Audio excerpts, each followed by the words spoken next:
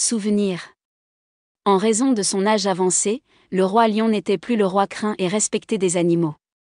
Sa crinière autrefois riche et brillante était devenue clairsemée et grise, et ses pas puissants s'étaient transformés en une marche lente.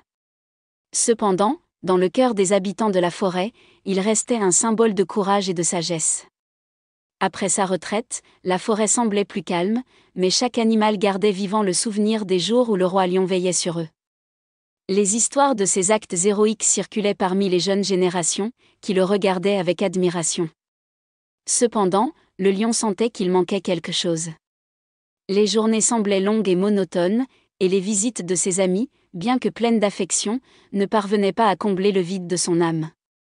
Un après-midi, alors qu'il était assis à l'ombre d'un vieux chêne, un courageux petit lionceau s'approcha timidement.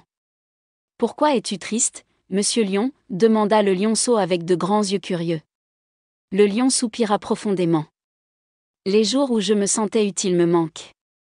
Maintenant, je n'ai plus de rôle dans la forêt, seuls les souvenirs me tiennent compagnie. » Le petit lion leva fièrement le front et dit : « Ne sois pas comme ça, monsieur Lion.